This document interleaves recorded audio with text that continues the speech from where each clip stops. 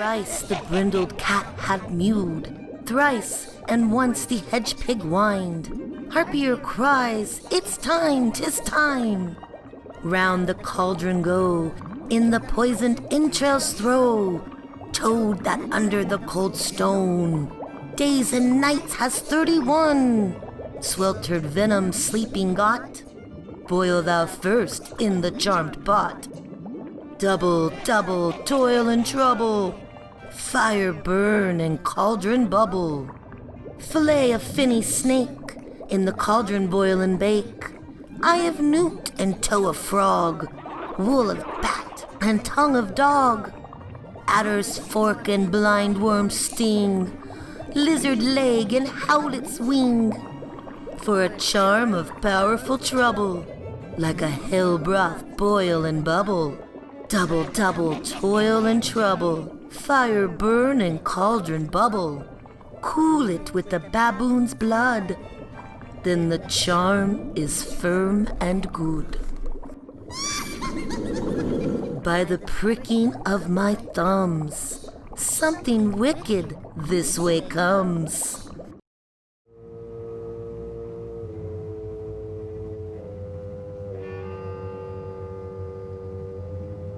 The hag is astride, this night for to ride, the devil and she together, through thick and through thin, now out and then in, though ne'er so foul be the weather. A thorn or a burr she takes from a spur, with the lash of a bramble she rides now, through brakes and through briars, o'er ditches and mires. She follows the spirits that guide now. No beast for his food dares not range the wood, but hushed in his lair he lies lurking, while mischiefs by these, on land and on seas, at noon of night are working.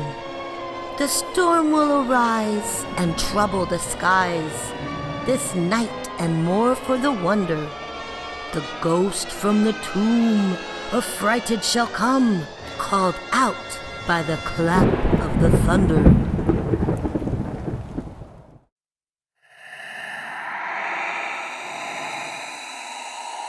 The gruesome ghoul, the grisly ghoul, without the slightest noise, waits patiently beside the school to feast on girls and boys. He lunges fiercely through the air as they come out to play, and grabs a couple by the hair and drags them far away. He cracks their bones and snaps their backs and squeezes out their lungs. He chews their thumbs like candy snacks and pulls apart their tongues. He slices their stomachs and bites their hearts and tears their flesh to shreds.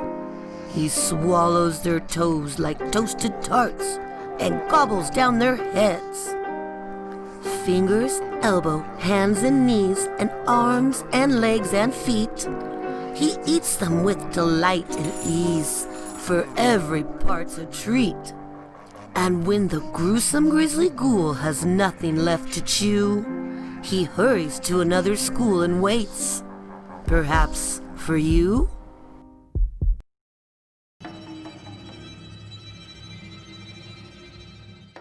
We do lie beneath the grass, in the moonlight, in the shade of the yew tree. They that pass hear us not. We are afraid they would envy our delight in our graves by the glowworm night. Come follow us and smile as we sail to the rock in the ancient waves, where the snow falls by the thousands into the sea, and the drowned and the shipwrecked have happy graves.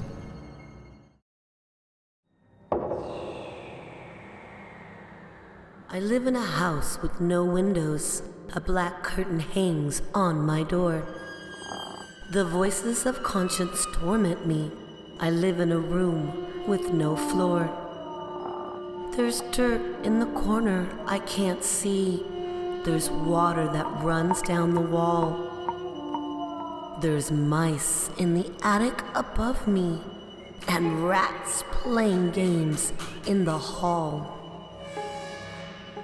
I live in a house with no windows and sleep in a room with no heat. The darkness of life that surrounds me keeps out the sounds of the street. I wake when the shadows have fallen and walk when the memories cease. When purpose in life has no meaning and only the wicked find peace. Each night you sense that I'm by you. You feel my breath as you sleep.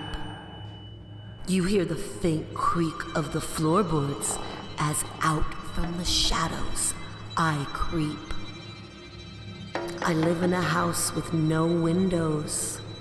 I live in a house that's now yours. It's my voice you think that you're hearing, for I died in this room with no doors. I had a dream, which was not all a dream. The bright sun was extinguished, and the stars did wander darkling in the eternal space. Rayless and pathless, the icy earth swung blind and blackening in the moonless air. Morn came and went, and came and brought no day. And men forgot their passions in the dread of this their desolation, and all hearts were chilled into a selfish prayer for light. And they did live by watchfires, and the thrones, the palaces of crowned kings, the huts, the habitations of all things which dwell, were burnt for beacons. Cities were consumed, and men gathered round their blazing homes to look once more into each other's face. Happy were those who dwelt within the eye of the volcanoes, and their mountain torch, a fearful hope, was all the world contained. Forests were set on fire, but hour by hour they fell and faded, and the crackling trunks extinguished with the crash, and all was black. The brows of men by the despairing light wore an unearthly aspect.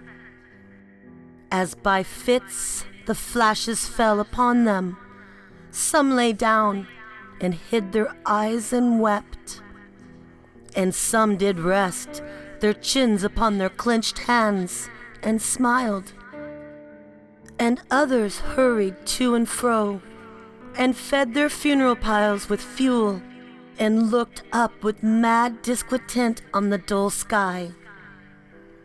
The pall of the past world, and then again with curses cast them down upon the dust, and gnashed their teeth and howled. The wild birds shrieked, and terrified did flutter on the ground, and flapped their useless wings. The wildest brutes came tame and tremulous. The vipers crawled and tined themselves among the multitude. Hissing, but stingless, they were slain for food. And war, which for a moment was no more, did glut himself again. A meal was brought with blood, and each sate sullenly apart.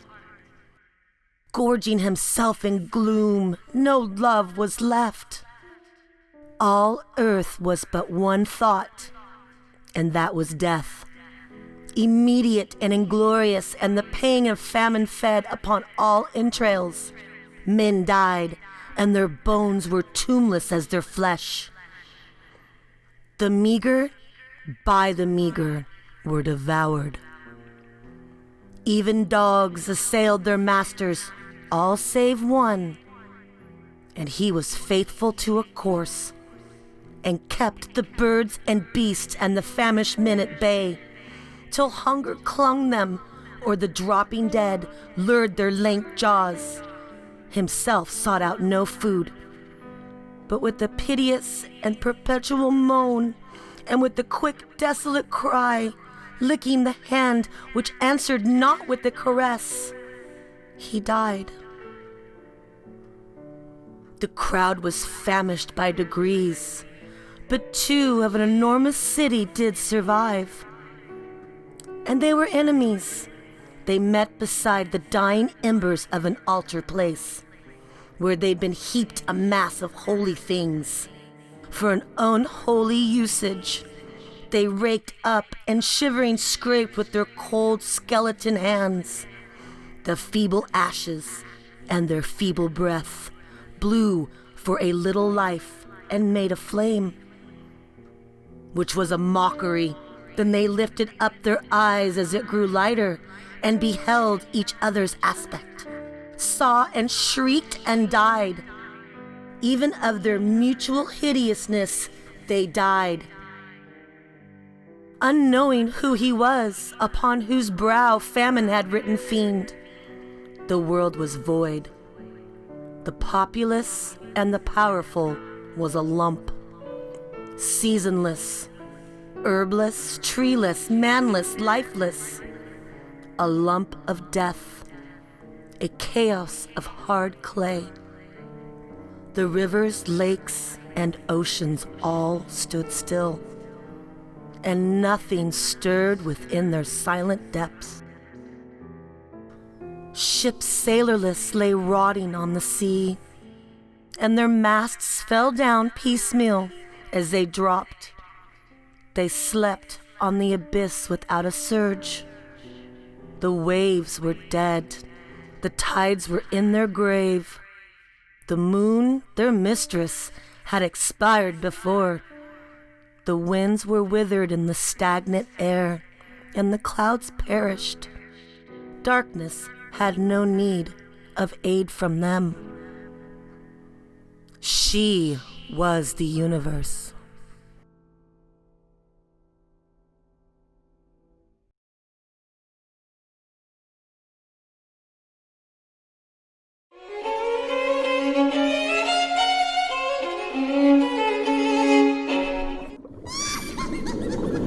By the pricking of my thumbs, something wicked this way comes.